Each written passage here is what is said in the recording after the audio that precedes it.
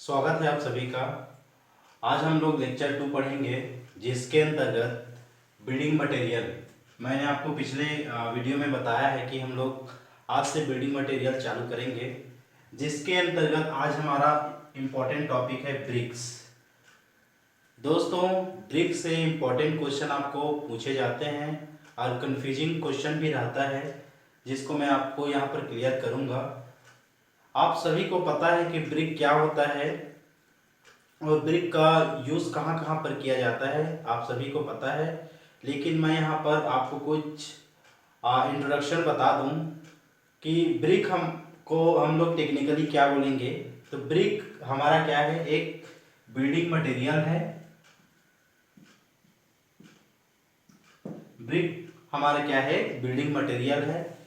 इसको oldest building material भी कहा जा सकता है। क्यों? आप लोगों ने सिंधु घाटी की सभ्यता सभी लोगों ने पढ़ा हुआ है। मोहनजोदड़ो हड़प्पा की खुदाई से आप लोगों को प्राचीन क्या मिले हुए हैं, ब्रिक्स मिले हुए हैं। तो इससे अंदाजा हम लोग लगा सकते हैं कि ब्रिक जो वर्ड है कितना पुराना है। ठीक है, तो ब्रिक हमारा क्या है, ओल्डेस्ट बिल्डिंग मटेरियल है।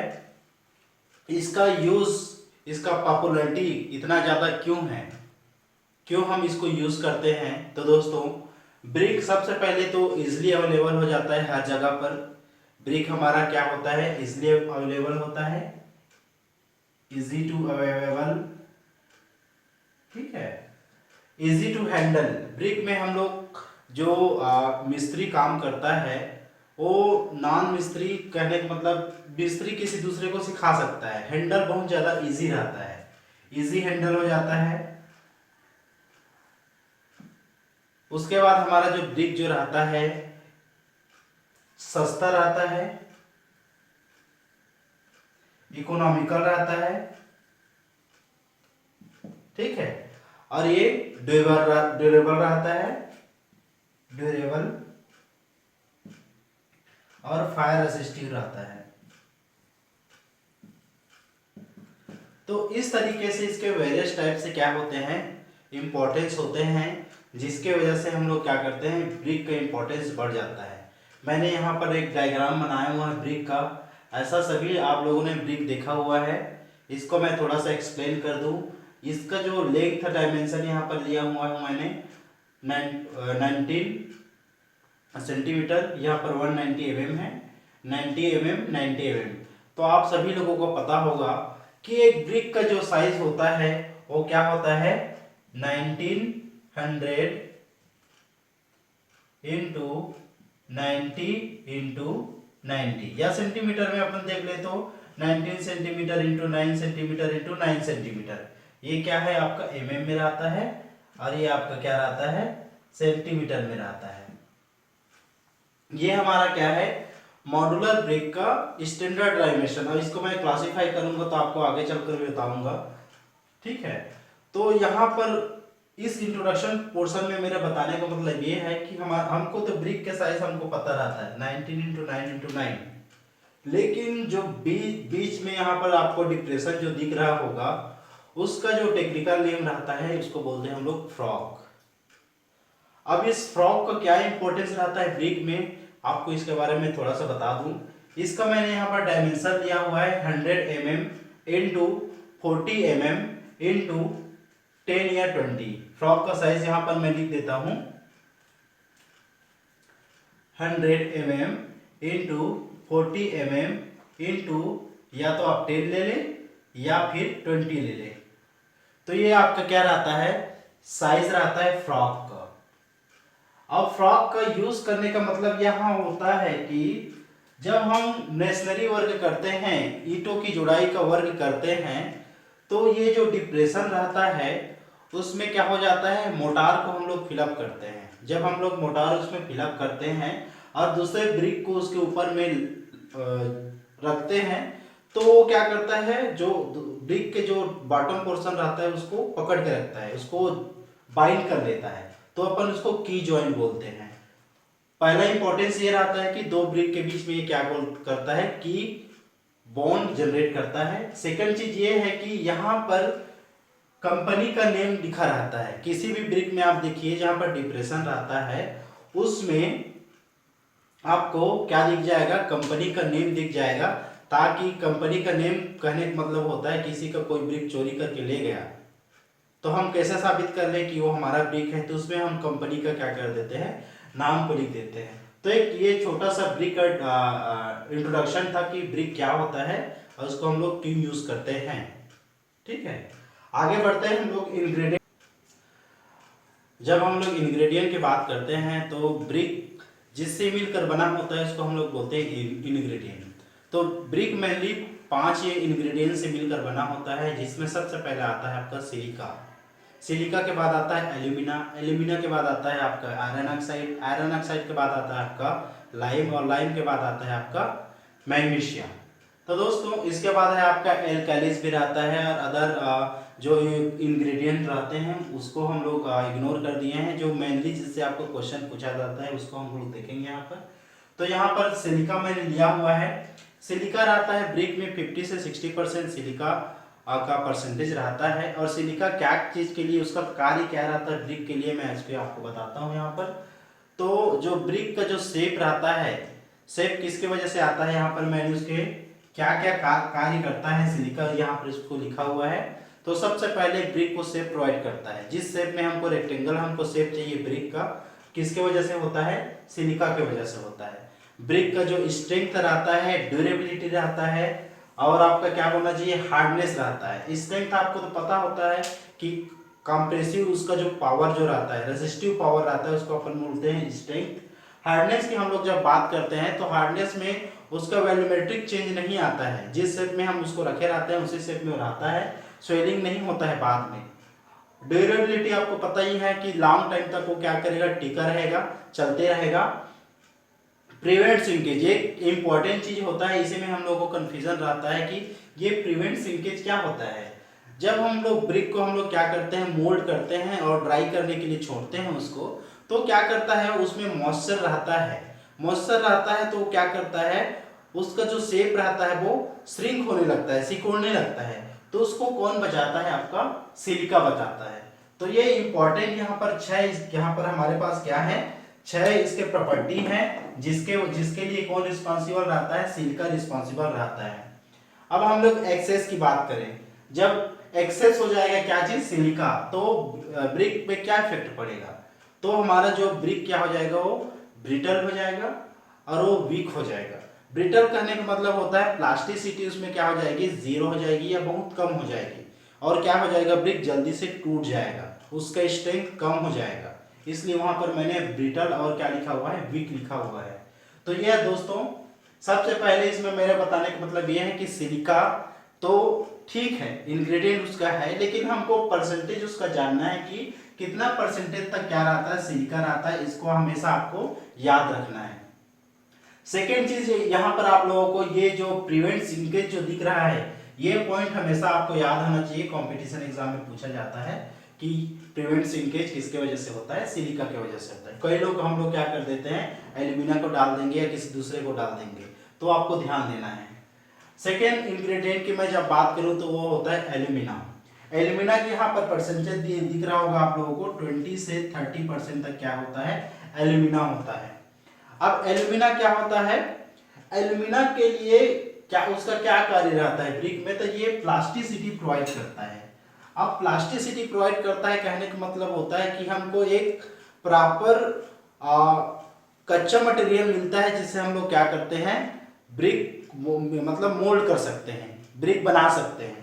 तो यह प्रॉपर्टी क्या होता है, प्लास्टिसिटी। जब तक हमारा जो इंग्रेडिएंट में प्लास्टिसिटी नहीं रहेगा, हम उसको क्या नहीं कर सकते, मोल्ड नहीं कर सकते हैं। तो इसके वजह से क्या होता है, ये भी इंपॉर्टेंट आपका क्या है, पॉइंट है या फंक्शन है कि प्लास्टिसिटी ब्रिक में किसके वजह से होता है, तो वो होता है एल्यूमिना का।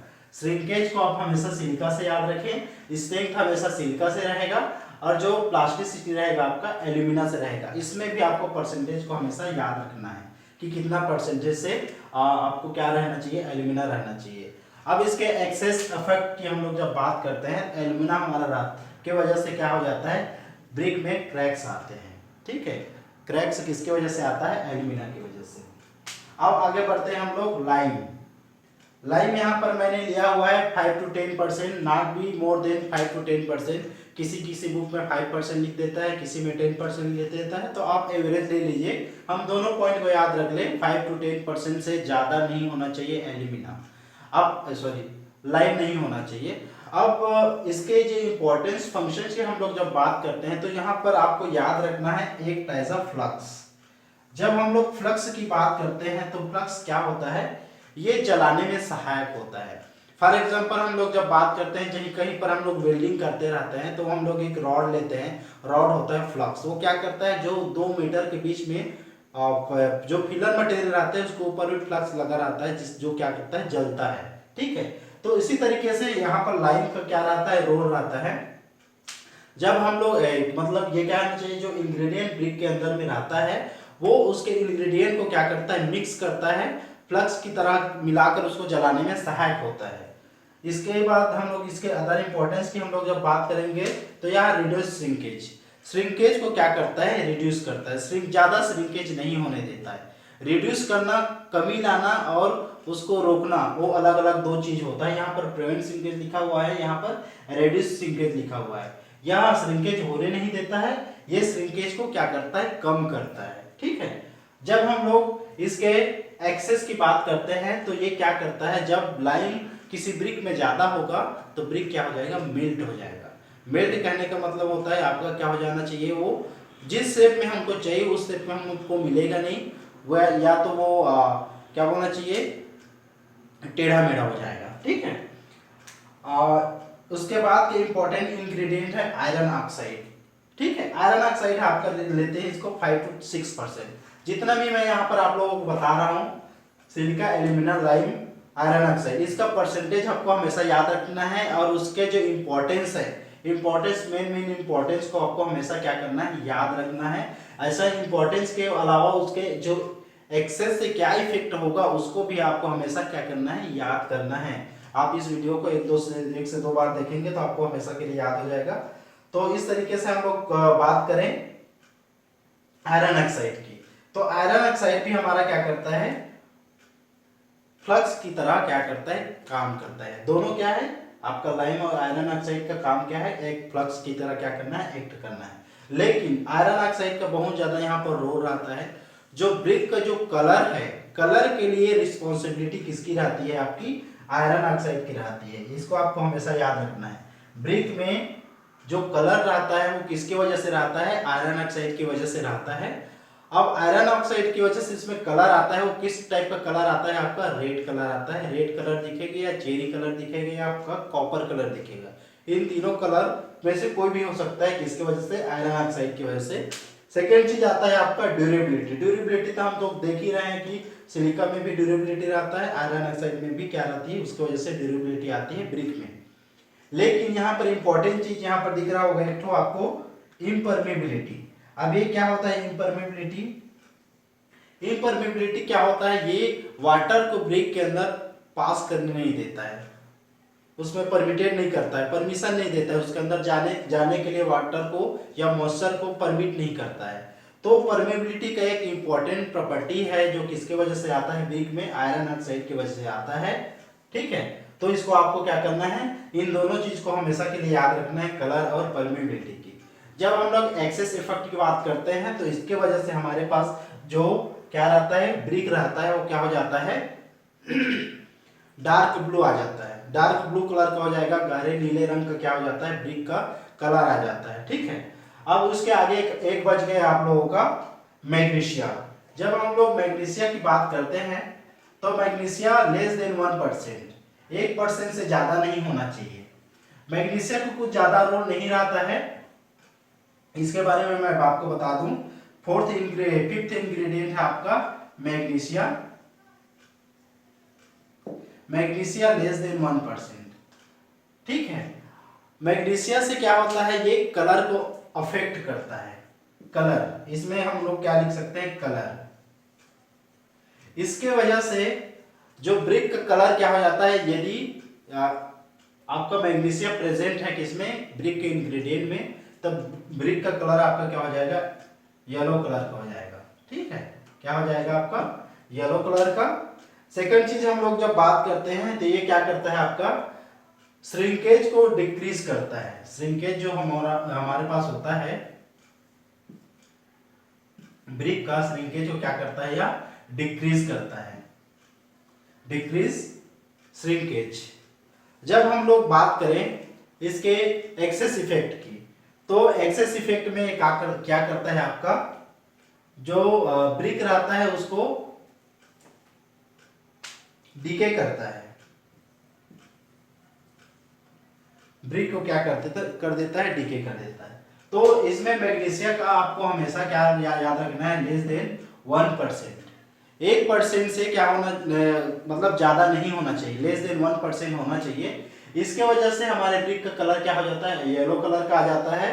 उसके बाद हमारे पास जब हम लोग जब मैग्नीशिया एक्सेस होता है तो उसमें ब्रिक में क्या होता है, डीके होना चालू हो जाता है, ब्रिक डिसइंटीग्रेट होना चालू हो जाता है। ठीक है, तो इस तरीके से आपका इंग्रेडिएंट है। अब आगे हम लोग इसके मेकिंग प्रोसेस के बारे में देखेंगे। मैन्युफैक्चरिंग ऑफ ब्रिक के बारे में हम लोग देखेंगे, जबकि ब्रिक कैसे बनता है, किस किस प्रोसेस से गुजरता है, इससे भी आपका क्वेश्चन बनता है। तो आपको ध्यान रखना है कि स्टेप बाय स्टेप या तो ऑब्जेक्टिव क्वेश्चन पूछ देगा कि इस स्टेप पे इसको सही ऑर्डर में आपको इसको क्या करना है, जमाना पड़ेगा, या एक पॉइंट से आपको क्वेश्चन पूछ देगा कि इसका आंसर क्या होगा। तो इसके बारे में छोटा छोटा एक्सप्लेनेशन मैं आपको देता हूँ कि किस तरीके से हम लोग क्या करते हैं, वर्क करते हैं। तो मैन्युफैक्चरिंग ऑफ ब्रिक, तो सबसे पहले आप ब्रिक बनते हुए मोस्टली सभी लोगों ने देखा होगा, जो नहीं देखा है वो प्रोसेस कम से कम जान लें कि सबसे पहले होता है अनसॉइलिंग। अनसॉइलिंग कहने का मतलब होता है कि जहां पर जिस स्थान पे या जिस क्या बोलना चाहिए, ग्राउंड पे हमको क्या करना है, ब्रिक बनाना है। ठीक है, उस ग्राउंड को सबसे पहले हम लोग क्या कर देते हैं, क्लीन करते हैं, वो उसको क्या बोलना चाहिए, एक प्रॉपर शेप में हम उसको क्या करते हैं, एक क्या बोलना चाहिए, लेवल सरफेस हमको गेन करने के लिए हम लोग उसमें क्या करते हैं, अनसॉइलिंग करते हैं। अनसॉइलिंग करने के लिए हम लोग क्या करते हैं, जो हमारे पास जो सरफेस रहता है उसको 20 सेंटीमीटर तक उसके सरफेस को हम लोग क्या कर देते हैं, निकाल देते हैं, उसको साफ कर देते हैं। तो अनसॉइलिंग का मतलब ये होता है कि ग्राउंड का जहां पर हमको ब्रिक बनाना है, जिस मिट्टी को हम लोग को क्या करना है, ब्रिक के लिए यूज करना है, उस मिट्टी के जो लेवल सरफेस के 20 सेंटीमीटर को हमको क्या कर देना रहता है, मतलब उसको 20 सेंटीमीटर वाले मिट्टी में जिसमें पेबल्स रहता है, ग्रेड्स रहता है, उन सबको निकाल के हमको फेंक देना है। ठीक है, तो ये प्रोसेस हमारा कहलाता है अनसॉइलिंग। ठीक है, उसके बाद आता है आपका डिगिंग। जब डिगिंग की हम लोग जब बात करते हैं तो ब्रिक बनाने के लिए हमको मिट्टी की जरूरत पड़ेगी। मिट्टी की जरूरत पड़ेगी तो उसके लिए हमको मिट्टी को खोदना पड़ेगा, किस पे, अर्थ सरफेस पे। हमने 20 सेंटीमीटर अनसॉइलिंग करके निकाल के फेंक दिए। अब जो हमको मिट्टी का जो लेवल प्राप्त हो रहा है उसको हम लोग क्या कर सकते हैं, 1 से 2 मीटर तक हम लोग क्या करते हैं, उसको खोदते हैं। ठीक है, डिग करते हैं। ठीक है, तो 1 से 2 मीटर तक हम उसको खोद देंगे।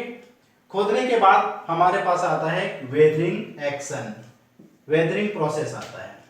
वेदरिंग प्रोसेस में क्या होता है, आपको देखिए यहाँ पर डिगिंग का जो प्रोसेस रहता है इसमें मिट्टी की क्वालिटी के ऊपर डिपेंड करता है। कहीं पर मिट्टी की क्वालिटी कम है तो आपको कम उसमें क्या करना है, गहराई तक खोदना है। कहीं पर ज्यादा है तो उसको ज्यादा गहराई तक खोदना है, लेकिन आप 1 से 2 मीटर से ज्यादा आप उसको क्या नहीं कर सकते, खोदना नहीं चाहिए हमको। ठीक है, लेकिन सही तरीके से क्या नहीं होगा, हमको उसको हम लोग नहीं क्या मिक्स नहीं कर पाएंगे, हमारा जो ब्रिक का जो क्वालिटी है वो हमको नहीं मिल पाएगा। तो अनसॉइलिंग, डिगिंग के बाद वेदरिंग एक्शन आता है। वेदरिंग एक्शन बहुत ज्यादा इंपॉर्टेंट होता है ब्रिक फॉर्मेशन के लिए, ब्रिक मैन्युफैक्चरिंग के लिए। अब इसका क्या रोल रहता है आप इसको थोड़ा सा देख लीजिए। वेदरिंग करने का मतलब ये होता है कि इसको वेदर को दे देना या एक्सपोज्ड वेदर। तो इसमें क्या होता है, जो ब्रिक से मतलब डिगिंग किए हुए हैं सॉइल को खोद के हमने उसको क्या कर दिया है, उसको छोड़ देते हैं, ओपन छोड़ देते हैं। क्यों छोड़ देते हैं, उसमें ऑर्गेनिक इंग्रेडिएंट रहता है, इनऑर्गेनिक इंग्रेडिएंट रहता है, वेरियस टाइप के ऑक्साइड रहते हैं। उन सब को क्या करना रहता है, हमको निकालना रहता है मिट्टी से, ताकि हमारे जो ब्रिक हम लोग क्या कर रहे हैं, फॉर्म कर रहे हैं, वो सही तरीके से मिले उसका स्ट्रेंथ सही तरीके से रहे, उसमें ज़्यादा से ज़्यादा कम से कम इम्प्योरिटीज रहे, ठीक है। तो वेदरिंग एक्शन के लिए हम उसको क्या करते हैं, ओपन छोड़ देते हैं। कम से कम आपको 1 मंथ, यहाँ पर ध्यान देना है कि वेदरिंग एक्शन हमको कम से कम 1 मंथ का हमको करना रहता है, कम से कम 1 साल 6 महीने छोड़ दिए वो अच्छी बात है, ठीक है। तो वेदरिंग एक्शन में आपको ध्यान देना है कि 1 मंथ के लिए आपको वेदर के लिए हमको क्या कर देना है, छोड़ देना है वेदरिंग एक्शन के लिए, ठीक है। समझ में आ गया होगा। जो ऑक्साइड्स रहते हैं, इनऑर्गेनिक जो कंपाउंड्स रहते हैं किसमें, सॉइल में, वो क्या करते हैं, चले जाते हैं, नेचुरली एक्सपोज्ड हो जाते हैं, ऑक्सीडाइज्ड हो जाते हैं। उसके बाद आता है आपका ब्लेंडिंग। ब्लेंडिंग क्या होता है, उसमें हम लोग पानी डालकर उसको मिक्स करते हैं, पानी डालकर हम लोग उसमें क्या करते हैं, मिक्स करते हैं। या ब्लेंडिंग के लिए अलग से एक टर्म्स हम यूज कर सकते हैं कि जो इंग्रेडिएंट्स जो रहते हैं ब्रिक के, मतलब सॉइल में जो इंग्रेडिएंट रहते हैं वो एक दूसरे में मिक्सअप होते हैं, किस प्रोसेस के तहत, ब्लेंडिंग प्रोसेस के तहत, ठीक है। तो इसको आप ध्यान रखेंगे, मिक्स, यहाँ पर मैं आपको लिख देता हूँ मिक्स। ब्लेंडिंग में क्या करते हैं हम लोग, मिक्स करते हैं, या मिक्स होता है क्या, सॉइल के जितने भी इंग्रेडिएंट रहते हैं एक दूसरे में मिक्स हो जाते हैं। उसके बाद आता है आपका टेम्परिंग। तो टेम्परिंग से आपको इंपॉर्टेंट क्वेश्चन पूछा जाता है। टेम्परिंग से मोस्टली आपको कंपटीशन एग्जाम में 50 से 70% चांसेस रहता है कि टेम्परिंग से क्वेश्चन आएगा, ठीक है। क्योंकि इन ये जो ऊपर के जो चारों हैं, इनमें 5 हैं, ये क्या है आपके सिंपल हैं, लेकिन टेम्परिंग में क्या होता है, हम उसमें नीडिंग एक्शन करते हैं। नीडिंग एक्शन या टेम्परिंग, ये दोनों नाम से आप लोग इसमें कंफ्यूजन मत हो जाना। टेम्परिंग का जो वर्किंग या सीजन में अपन बोल सकते हैं नीडिंग, इसमें हम लोग उसको गूंथते हैं। बिग मतलब ब्रिक बनाने से पहले उसको क्या करते हैं, पैरों से, हाथों से, मशीन से उसको अच्छे से क्या कर, जैसे हम लोग रोटी बनाते हैं, ठीक है। रोटी बनाने के लिए हमको क्या करना पड़ता है, रोटी बनाने के लिए हम लोग क्या करते हैं, आटा को अच्छे तरीके से गूंथ लेते हैं ताकि हमारा जो क्या बोलना चाहिए, रोटी हो अच्छी तरीके से बने, हमको अच्छा से स्वाद आए, इसीलिए हम लोग टेम्परिंग करते हैं। ये आपका लगता है नीडिंग एक्शन। ये जो टेम्परिंग होता है हाथों से होता है, पैरों से भी होता है। जो पुराने जमाने के जो मेकर्स थे वो लोग बैलों का यूज करते थे नीडिंग के लिए। लेकिन वर्तमान में जब हम लोग इसका मतलब मशीनरी भाषा में यूज करेंगे तो पग मिल में यूज होता है। पग मिल में नीडिंग एक्शन के द्वारा टेम्परिंग होता है, ये वर्डिंग होता है। इसलिए मैं आपको यहाँ पर इसको बता रहा था कि ये बहुत ज्यादा आईएमपी है, इसको आपको थोड़ा सा ध्यान रखना है, आईएमपी है, क्योंकि इसमें वर्डों को हेर फेर कर दिया है, टेम्परिंग, नीडिंग और पगिंग, ठीक है। तो पगिंग हमारा मशीनी रूप से हम लोग उसमें वर्क करते हैं, तो ये आपका पग मिल में होता है, इसलिए प्लगिंग होता है। क्वेश्चन आपको पूछ देता है प्लग मिल में क्या होता है, तो पग मिल में पगिंग के द्वारा या निगिंग के द्वारा टेम्परिंग होता है। अब टेम्परिंग के बाद हम लोग किसमें चले जाएंगे, मोल्डिंग पे। अब जब मोल्डिंग का काम होता है, यहाँ पर आपको ब्रिक को प्रॉपर शेप देना मोल्डिंग कहलाता है, ठीक है। ब्रिक को प्रॉपर शेप देना क्या कहलाता है, आपका मोल्डिंग कहलाता है। मोल्डिंग हमारे पास 2 टाइप का होता है। मोल्डिंग की हम लोग जब बात करते हैं तो मोल्डिंग 2 टाइप का होता है, हैंड मोल्डिंग और होता है मशीन मोल्डिंग। हैंड मोल्डिंग भी 2 टाइप का होता है, एक होता है ग्राउंड मोल्डिंग, जी मोल्डिंग लिख दे रहा हूं यहां पर मैं, और दूसरा होता है आपका टेबल मोल्डिंग।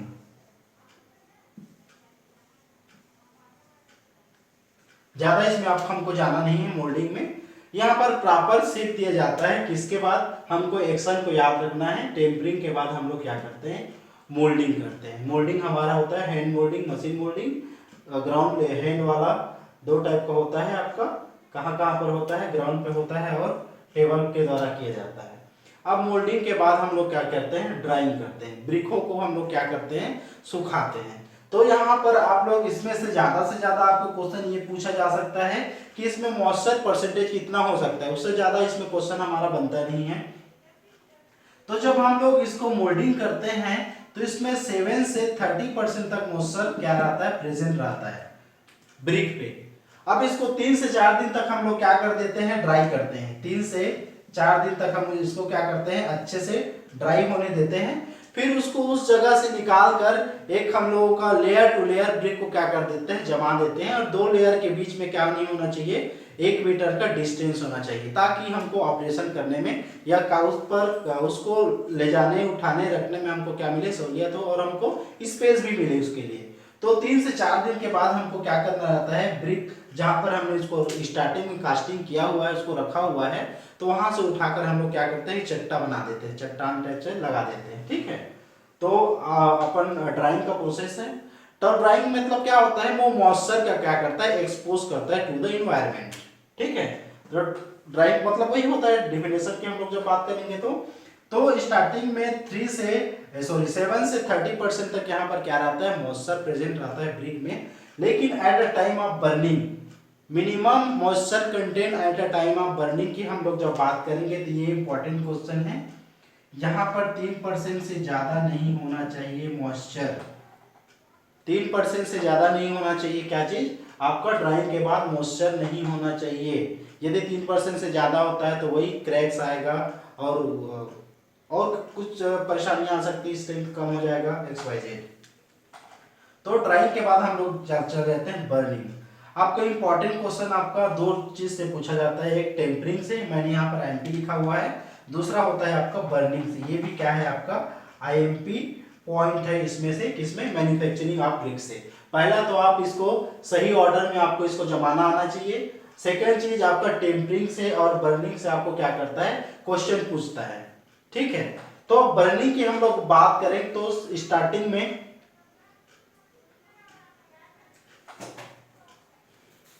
हम लोग बर्निंग की, तो बर्निंग में आपको इंपॉर्टेंट चीज मैंने बाकी को मिटा दिया है क्योंकि स्पेस कम पड़ रहा था। बर्निंग मैंने बाकी जो पॉइंट्स है उसको आपको बता दिया है। इसके बाद का पॉइंट है आपका बर्निंग। तो ब्रिक का बर्निंग, ब्रिक कितने टेम्परेचर में जलकर बनता है, ये इंपॉर्टेंट चीज है, ये क्वेश्चन आपको पूछा जाता है। तो ये आपका इसमें वेरियस बुक के द्वारा अलग अलग रेंज लिया जाता है। इसका एग्जैक्ट इतने टेम्परेचर में ब्रिक बनकर तैयार हो जाएगा, इसकी कोई गारंटी नहीं है। तो इसके लिए रेंज लिया जाता है बर्निंग के लिए। तो अपन लेते हैं 900 डिग्री सेंटीग्रेड से लेकर 1100 डिग्री सेंटीग्रेड तक क्या होता है, आपका ब्रिक बनता है। कोई बुक 800 ले लेगा, कोई बुक 700 ले लेगा, कोई 900 तक ले लेगा, तो इसलिए रहता है। लेकिन आपको एक रेंज याद रखना चाहिए। अब 700 से या 600 मत ले लीजिए, या 12 या 1300 से सेंटीग्रेड से ज़्यादा मत ले लीजिए। एक रेंज रहता है 900 से 1100 डिग्री सेंटीग्रेड तक बर्न किया जाता है जब ब्रिक को, तब वो क्या बनता है, उसमें स्ट्रेंथ आता है। ठीक है, बर्निंग में हम लोग जब बात करेंगे तो इसमें 2 चीज़ों को आपको याद रखना है। बर्निंग 2 टाइप से किया जाता है, आपको पता ही होगा। आपने ब्रिक का जो भट्टी देखा होगा कि ब्रिक किस तरीके से कैसे भट्टी में जलता है और कैसे बनता है, इसके लिए आपको याद रखना है। तो ब्रिक बर्निंग का 2 प्रोसेस होता है, एक होता है क्लैम्प और दूसरा होता है आपका किल्न। ठीक है, 2 टाइप से हम लोग यहाँ पर यूज करते हैं, एक होता है आपका क्लैम्प और दूसरा होता है आपका किल्न। तो क्लैम्प जो ओपन, जो आप लोगों ने गांव में या रोड में से आप लोगों ने देखा होगा कि जो रूरल एरियाज जो रहता है वहां पर कम अमाउंट में ब्रिक बनाने के लिए क्या करते हैं, हम लोग क्लैम्प का यूज करते हैं। क्लैम्प में हम लोग क्या करते हैं, इसमें एक लेयर टू लेयर, एक लेयर हम लोग क्या कर देंगे, ब्रिक डाल देंगे, यहाँ पर ब्रिक डाल देंगे, उसके ऊपर में हम लोग क्या कर देंगे, कोल डाल देंगे, कोल डाल देंगे या कोई भी आपका, जिससे हमको क्या करना है, भट्टी में टेम्परेचर जनरेट कराना है, तो उसके लिए हम लोग उसमें इंग्रेडिएंट डालते हैं। तो लेयर टू लेयर रहता है, या तो हम लोग यहाँ पर 2 लेयर डाल देंगे, ऐसे करके 2 लेयर डालेंगे, या 3 लेयर डाल देंगे, उसके ऊपर फ्यूल डालेंगे, फिर लेयर डाल के हम लोग क्या करेंगे, फ्यूल डालेंगे। तो क्लैम्प का टारगेट यही रहता है कि 1 लेयर 2 लेयर ब्रिक डालने के बाद उसमें हम लोग, या आपको लेयर टू लेयर कोल और ब्रिक के जो हमको जिसको बर्न करना रहता है उसको लेयर टू लेयर प्लेस कर देते हैं, किसमें, क्लैम्प में। अब इम्पोर्टेंट और दूसरा है किल्न। जब हम लोग किल्न की बात करते हैं तो किल्न में ब्रिक को पकाने के लिए चिमनी का यूज किया जाता है। चिमनी होता है एक चिमनी होता है जिसके एक साइड में हम लोग कोल को डालते हैं और दूसरे साइड हम लोग क्या करते हैं, ब्रिक को डालते हैं। अब इसमें इम्पोर्टेंट ये चीज है कि किल्न का जो टाइप्स है वो किस टाइप का रहता है। एक कंटिन्यूअस रहता है, दूसरा होता है इंटरमीडिएट रहता है। कंटिन्यूअस और इंटरमीडिएट।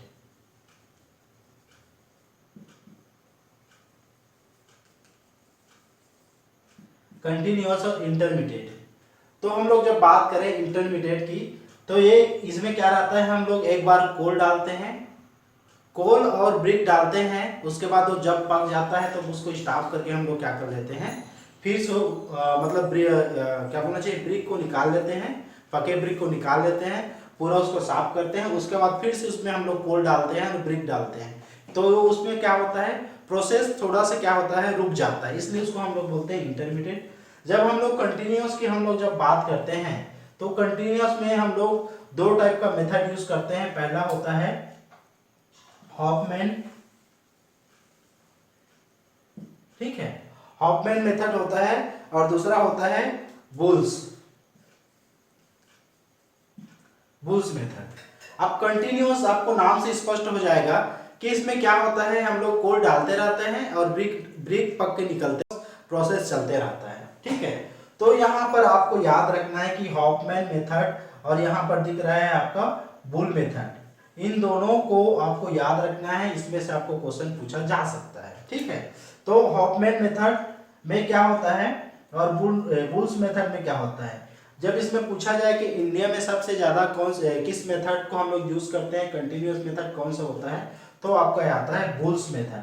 बुल्स मेथड इंडिया में क्या होता है, सर्वाधिक यूज होता है, यूज्ड इन इंडिया, ठीक है। इंडिया में सबसे ज्यादा यूज्ड होता है आपका बुल्स किल्न या कंटिन्यूअस किल्न।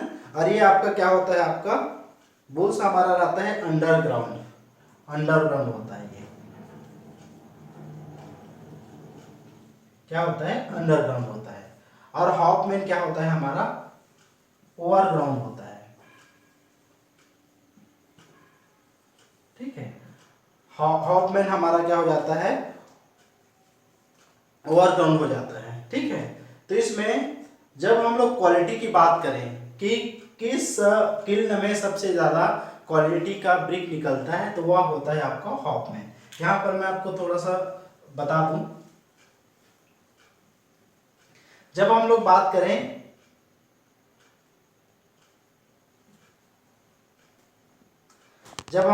करते हैं हॉफमैन की, तो हॉफमैन से हमको क्या मिलता है, सबसे ज्यादा क्लास फर्स्ट ब्रिक,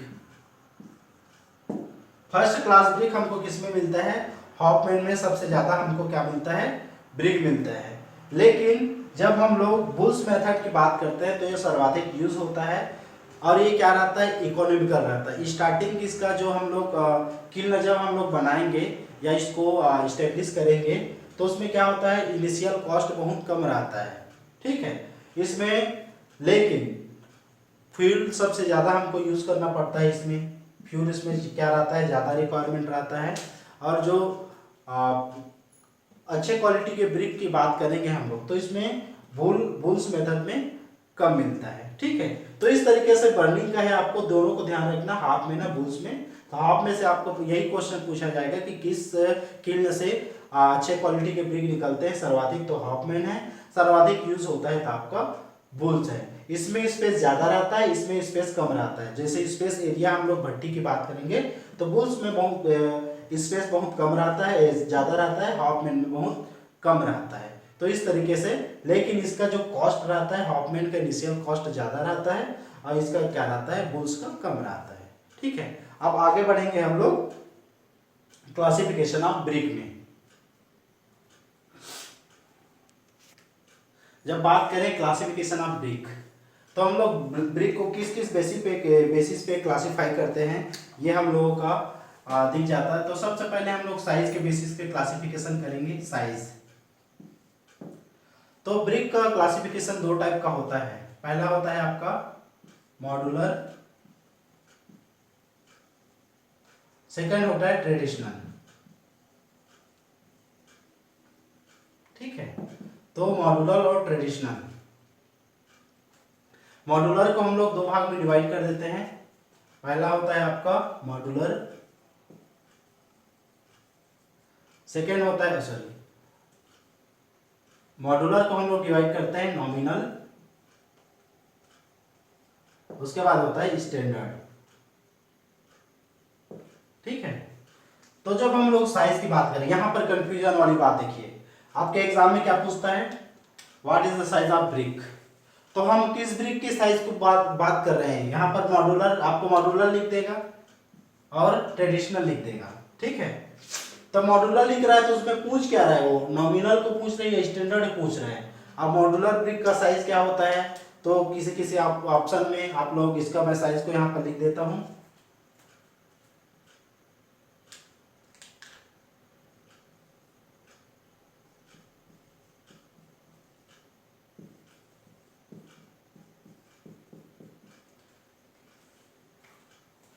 ये होता है आपका 19 इंटू 9 इंटू 9 सेंटीमीटर। ये होता है आपका 20 इंटू 10 इंटू 10 सेंटीमीटर। ठीक है, तो इसमें आप ध्यान से देखिए नॉमिनल क्या है और जस्ट अपोजिट लिख डाले इसको, ये जस्ट अपोजिट है, नॉमिनल ये है, स्टैंडर्ड ये है। ठीक है, नॉमिनल का साइज होता है आपका 20 इंटू 10 इंटू 10 सेंटीमीटर और स्टैंडर्ड साइज हमारा होता है 19 इंटू 9 इंटू 9 सेंटीमीटर। तो इसमें कंफ्यूजन हमको ये देखना है कि पूछ क्या रहा है वो।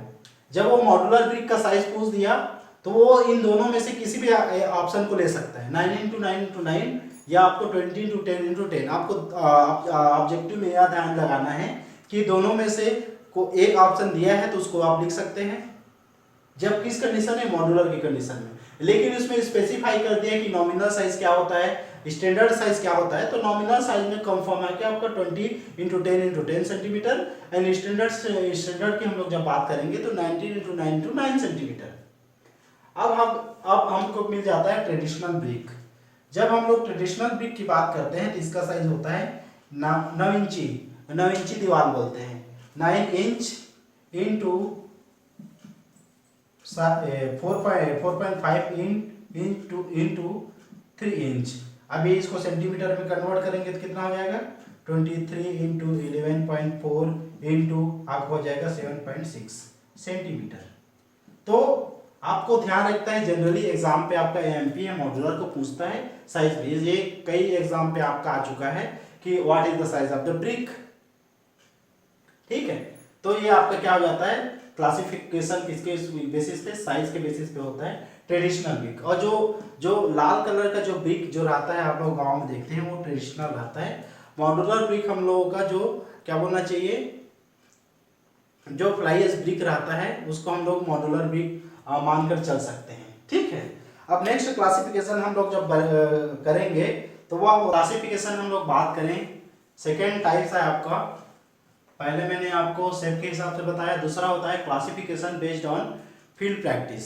फील्ड में किस तरीके से ब्रिक को यूज किया जाता है, किस किस टाइप का ब्रिक को यूज किया जाता है, उसके बेसिस पे हम लोग इसको 4 भाग में डिवाइड करते हैं। ये बहुत ज्यादा एमपी है और इससे क्वेश्चन आपको पूछा जाता है। Class 1 brick, class 2 brick, class 3 brick, class 4 brick. ठीक है, तो फर्स्ट क्लास ब्रिक की हम लोग जब बात करें तो सबसे ज्यादा स्ट्रेंथ इसका रहता है फर्स्ट क्लास ब्रिक का। इसके इंपॉर्टेंस की हम लोग बात करें तो कैसे जानेंगे कोई भी ब्रिक क्या है, हमारा फर्स्ट क्लास ब्रिक है। तो इसके कुछ प्रॉपर्टी हैं। फर्स्ट क्लास ब्रिक क्या होना चाहिए, स्मूथ होना चाहिए, शार्प एज होना चाहिए। शार्प एज कहने का मतलब आपका स्मूथ एज या स्ट्रेट होना चाहिए, शार्प एकदम। ठीक है, उसका जो कोना रहना चाहिए वो स्ट्रेट होना चाहिए, उसमें टूट फूट नहीं होना चाहिए। Red colour, first class brick का जो कलर होना चाहिए रेड कलर होना चाहिए, चेरी कलर होना चाहिए और यूनिफॉर्म दिखना चाहिए सभी तरफ से, चाहे लेंथ वाइज देखें, चाहे विड्थ वाइज देखें, चाहे डेप्थ वाइज देखें, सभी क्या होना चाहिए, यूनिफॉर्म होना चाहिए। अब दो फर्स्ट क्लास ब्रिक को हम लोग आपस में स्ट्रक करें, टकराएं, तो उसमें हम लोग क्या होना चाहिए मेटालिक साउंड उसमें क्या होना चाहिए, जनरेट होना चाहिए। सेकेंड चीज, अब आइए यहां से इंपॉर्टेंट चीज बढ़ता है आपका वाटर अब्जॉर्प्शन रेशियो और क्रशिंग स्ट्रेंथ। ये दोनों ऐसे पॉइंट है जिससे आपको क्वेश्चन हमेशा पूछा जाता है। इसमें क्या है, वाटर अब्जॉर्प्शन रेशियो, मतलब परसेंटेज। ठीक है, इसको कैसे निकालते हैं? 24 घंटे में। 24 घंटे हम लोग इसको पानी में क्या कर देंगे? आवर्स। ठीक है, 24 आवर्स में हम लोग क्या कर देंगे? घंटे। हम लोग इसको पानी में क्या कर देंगे? डुबा कर रखेंगे। अब उसके बाद उसको हम लोग वेट करेंगे, तो उसका जो ड्राई वेट जो रहेगा उससे 20% क्या नहीं होना चाहिए? ज़्यादा नहीं होना चाहिए। 20% से ज़्यादा नहीं होना चाहिए उसका वेट। तो ये आपका वाटर एब्जॉर्प्शन परसेंटेज में आपको पता चल जाएगा कि किस टाइप का हमारा क्या है? ब्रिक है।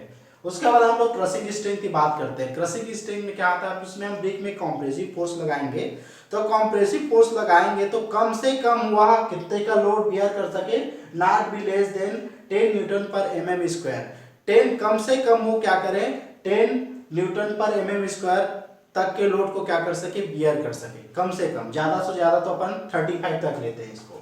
इसके बाद इसको मैं रेंज भी बता दूं। फर्स्ट का आपका होता है 35 न्यूटन पर mm स्क्वायर, और मिनिमम कम से कम 10 न्यूटन पर mm स्क्वायर तक का उसमें क्या होना चाहिए? स्ट्रेंथ होना चाहिए। और मैक्सिमम, लेकिन आपको कंफ्यूज नहीं होना चाहिए।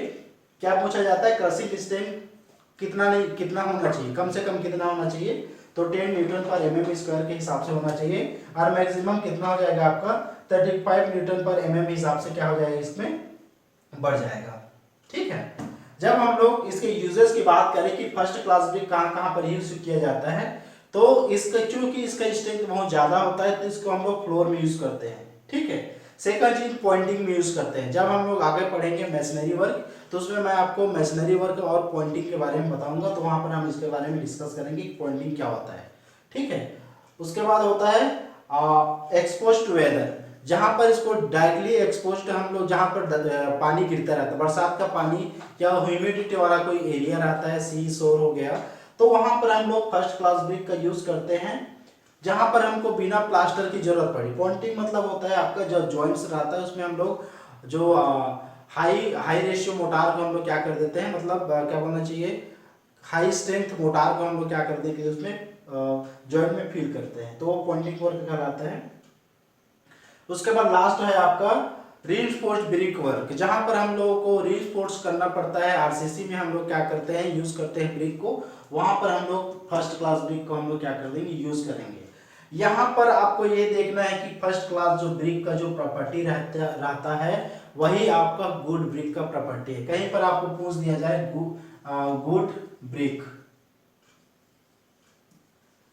गुड ब्रिक की प्रॉपर्टी बताइए, तो फर्स्ट क्लास की जो प्रॉपर्टी रहती है वही आपकी गुड ब्रिक की प्रॉपर्टी रहती है। तो उसको आपको ध्यान देना है, कंफ्यूजन नहीं होना है। इसमें आप कुछ भी डाउट होगा तो आप मेरे को मैसेज कर सकते हैं वीडियो के बाद।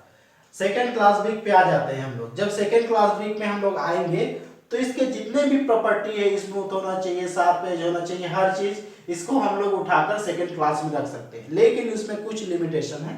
कुछ लिमिटेशन की हम लोग जब बात करते हैं तो यहाँ पर जो शार्प एज है इसमें हम थोड़ा सा कर सकते हैं, थोड़ा सा क्रैक्स हम लोग क्या कर सकते हैं उसमें कंसीडर कर सकते हैं। तो थोड़ा सा क्या हो सकता है? टूट फूट हो सकता है। बाकी सेम रहेगा, यूनिफॉर्म में रहेगा, मेटालिक साउंड उसमें आएगा। अब इसमें हम लोग वाटर एब्जॉर्प्शन की बात करें कि कितना पानी वो सोख सकता है अपने वेट के हिसाब से, तो यहाँ पर हम लोग इसको लेते हैं 22%। 22% तक वो क्या कर सकता है? वाटर को ऑब्जॉर्ब कर सकता है। जब क्रशिंग स्ट्रेंथ की हम की बात करेंगे तो क्रशिंग स्ट्रेंथ रहता है आपका 7। किसी बुक में आपको 7.5 मिल जाएगा, किसी में आपको 7 मिलेगा, तो आपको कंफ्यूजन नहीं होना चाहिए। 7.0 या 7.5 क्या होना चाहिए आपका? न्यूटन पर mm स्क्वायर। इतने तक का क्रशिंग कम से कम वो क्या कर सकता है? बेयर कर सकता है। और मैक्सिमम हम लोग बात करेंगे तो फर्स्ट क्लास का मतलब जो 10 हमने यहाँ पर लिया हुआ है 10 न्यूटन mm से 7 न्यूटन पर mm के बीच का हमारे पास क्या होना चाहिए? स्ट्रेंथ होना चाहिए। उसको हम लोग किसमें रख देंगे? क्लास 2 या सेकेंड क्लास ब्रिक के अंतर्गत उसको रखा जाएगा। ठीक है, जब हम लोग इसके बात करें इसको कहां पर यूज करें, दो ही पॉइंट को लेकर हमको चलना है, एक वाटर एब्जॉर्प्शन और क्रशिंग स्ट्रेंथ। बाकी ये जो प्रॉपर्टी है आपको रिटर्न में आपको लिखना पड़ेगा, या एसएससी का मेंस लिख रहे हैं तो उसमें सेकंड पेपर लिख रहे हैं तो उसमें आपको क्या करना पड़ेगा? इसको पूरा लिखना पड़ेगा। बाकी ऑब्जेक्टिव के लिए आपको पॉइंट को क्या करना है? नोट डाउन करना है। ठीक है, तो ये सेकंड क्लास ब्रिक यूज करेंगे। तो इस ब्रिक को कहाँ पर यूज किया जाता है, तो इस ब्रिक का यूज वहां पर किया जाता है जिस वर्क में हम लोग क्या करते हैं, प्लास्टर वर्क करते हैं। जहां पर प्लास्टर वर्क होता है हम लोग क्लास 2 सेकंड क्लास ब्रिक का यूज कर सकते हैं। तो इसको हम लोग लिख सकते हैं where plaster work can be required. तो हम लोग क्या कर सकते हैं, क्लास 2 ब्रिक का यूज कर सकते हैं। थर्ड क्लास ब्रिक के हम लोग चले जाएं तो थर्ड क्लास ब्रिक में जो smooth sharp edge red colour uniform metallic ये साउंड नहीं आता है। इसमें यहाँ पर डल साउंड आता है, डल साउंड आएगा जब दो क्या बोलना चाहिए, स्मूथ भी नहीं रहेगा, ये रफ हो जाएगा। यहाँ पर मैं लिख नहीं रहा हूँ क्योंकि जगह भी नहीं है, रफ हो जाएगा। शार्प एज है तो एज क्या हो जाएगा, टूट फूट आ जाएगा। रेड कलर में इसमें कलर इसका हो जाएगा चेंज हो जाएगा, थोड़ा येलोविश कलर आ जाएगा। वो आपने मैग्नीशियम पढ़ा होगा तो येलो कलर का हो जाएगा, वो यूनिफॉर्म नहीं रहेगा। मेटालिक साउंड के जगह में मैंने लिख दिया डल साउंड आएगा। वाटर ऑब्जॉर्प्शन, वाटर ऑब्जॉर्प्शन की हम लोग जब बात करेंगे तो यहाँ पर ये क्या हो जाएगा आपका 23%। वाटर एब्जॉर्प्शन क्या हो जाएगा आपका 23% हो जाएगा। क्रशिंग स्ट्रेंथ यहाँ पर आ जाएगा आपका 3.5 न्यूटन पर mm स्क्वायर। नोट डाउन करना आप लोग, 3.5 न्यूटन पर mm स्क्वायर। तो ये इसका क्या हो जाता है, क्रशिंग स्ट्रेंथ इतना आ जाता है क्लास 3 ब्रिक के लिए। बाकी आपका सेम टू सेम चीज रहेगा। जबकि यूजेस की हम लोग जब बात करेंगे इसको कहां पर यूज, मैंने यहाँ पर क्लास 2 में आप लोगों को नहीं बताया है कि जो ऑर्डिनरी जो रेसिडेंशियल जो बिल्डिंग जो रहता है, रेसिडेंशियल जो बिल्डिंग रहता है वहां पर या हमारे पास जितने भी आप लोगों ने बिल्डिंग बनते हुआ देखा होगा वो सभी क्लास 2 जिसमें हम लोग प्लास्टर वर्क करते हैं क्लास 2 ब्रिक ही रहता है। ठीक है, तो रेसिडेंशियल बिल्डिंग हो गया, किसी टाइप का बिल्डिंग हो गया, इसमें हम लोग जहाँ पार्टीशन बिल्डिंग हो गया, पार्टीशन बिल्डिंग कहने का मतलब जो पर फ्रेम्ड स्ट्रक्चर है वहां पर हम तो आंख मूंद के क्लास 2 ब्रिक यूज करते हैं। क्योंकि जो फ्रेम्ड स्ट्रक्चर रहता है लोड कॉलम और बीम के थ्रू से आता है, आपको फाउंडेशन में ट्रांसफर होता है, तो वहां पर हमको ब्रिक की कोई स्ट्रेंथ की जरूरत नहीं पड़ती है। क्लास 3 ब्रिक की हम लोग जब बात कर रहे हैं यहाँ पर, तो डल साउंड 23% वाटर ऑब्जॉर्प्शन। यहाँ पर आपको 24 घंटे तक पानी में 24 आवर तक पानी में उसको डुबा कर रखना है और उसको टेस्टिंग करने से पहले 1 घंटा पहले उसको निकालना रहता है। आपको उसका अभी टेस्टिंग का प्रोसीजर रहता है, उसको मैं आगे आपको जरूरत पड़ेगा तो बता दूंगा। और स्ट्रेंथ की हम लोग जब बात कर रहे हैं 3.5 न्यूटन पर mm स्क्वायर से आपका क्या होना चाहिए, क्रशिंग स्ट्रेंथ इससे कम नहीं होना चाहिए। अब ये किससे 3.5 से कहां तक जा सकता है, 7.0 से 3.5 के बीच में रहेगा। एक टेंटेटिव आपको क्या मिल गया, रेंज मिल गया है। ठीक है, अब इसकी यूज की हम लोग जब बात करते हैं तो जहां पर ऑर्डिनरी स्ट्रक्चर रहते हैं, जैसे बाउंड्री वॉल बनाना है हमको, या कहीं पर हमारे पास घर में कहीं किसी जगह को हमको क्या करना है, राउंड घेरा लगाना है, तो वहां पर हम लोग क्लास 3 टाइप के ब्रिक का हम लोग क्या कर सकते हैं, यूज कर सकते हैं। ठीक है, अब लास्ट में आ जाता है आपका क्लास 4th ब्रिक, है ना। तो 4th क्लास के ब्रिक में जो ये जितने भी आपको दिख रहा होगा एक भी प्रॉपर्टी आपको उसमें नहीं मिलेगा। इसको हम लोग बोलते हैं ओवरबर्न ब्रिक। क्या बोलते हैं, ओवरबर्न।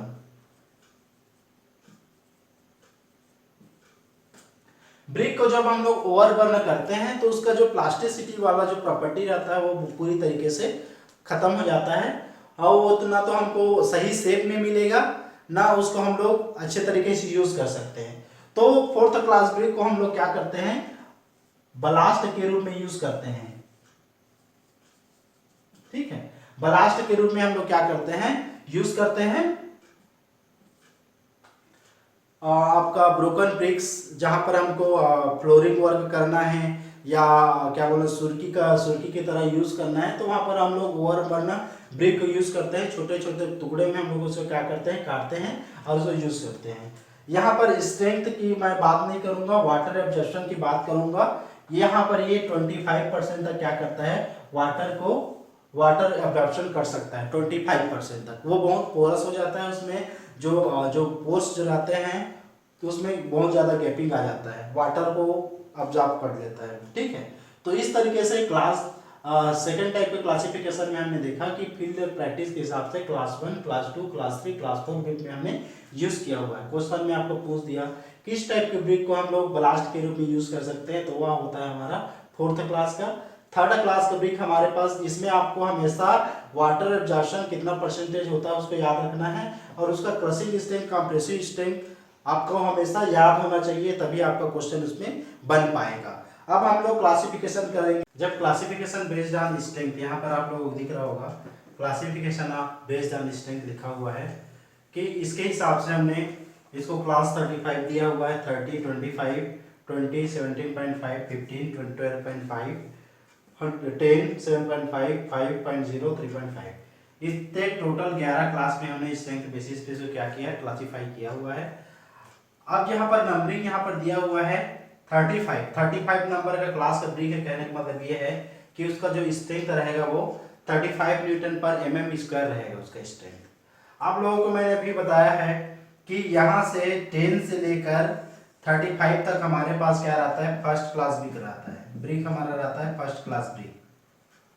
फर्स्ट क्लास ब्रिक का स्ट्रेंथ मिनिमम 10 न्यूटन, यहाँ पर 10 न्यूटन पर mm स्क्वायर से होना चाहिए, और मैक्सिमम 35 तक जा सकता है।